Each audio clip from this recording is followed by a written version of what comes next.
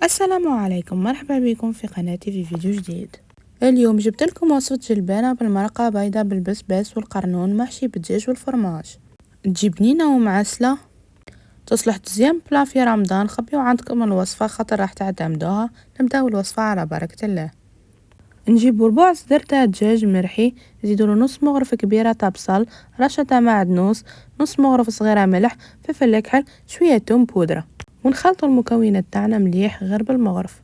ونكونوا ديجا نقينا القرنون تاعنا وغسلناه ودرنا له القص باش ما يكحالش. نحشيوه بالفرماج ونغطيوه بالدجاج كيما قاعدين تشوفوا. نكمل الكعبات تاعي بنفس الطريقه. انا كان عندي غير 3 كعبات. ونجيبو الطاجين اللي حنطيبو فيه نحطوه يسخن فوق النار، ونحطو له 2 مغارف تاع زيت، شويه تاع زبده، نحط العظم تاع الصدر اللي ريحته نقلبيه، وندهنوا الكعبات تاعنا تاع القرنون بالزيت من الفوق باش ما يلصقوليش، ونحطوهم في الزيت عاوجهم باش يحمروا. نخليهم يحكموا مليح، من بعد نوليو نحركوهم بشويه باش ما يتحرقوش. كي يحمروا مليح باش نقلبوه. نزيدو بصله متوسطه مرحيه في اللاشوار معاها سنه تاع توم، ونخليوها تتقلى مليح.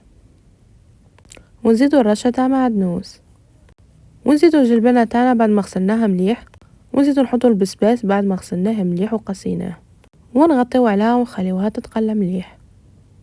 نحطو مغرف صغيره تاع ملح، شويه فلفل اكحل، مغرف صغيره تاع راس الحانوت، ومغرف صغيره تاع قزبر مرحي. وبلا ما نحركوها ما تخافوش مش راح تلصق. كي تتقلى مليح نمرقوها بالماء سخون.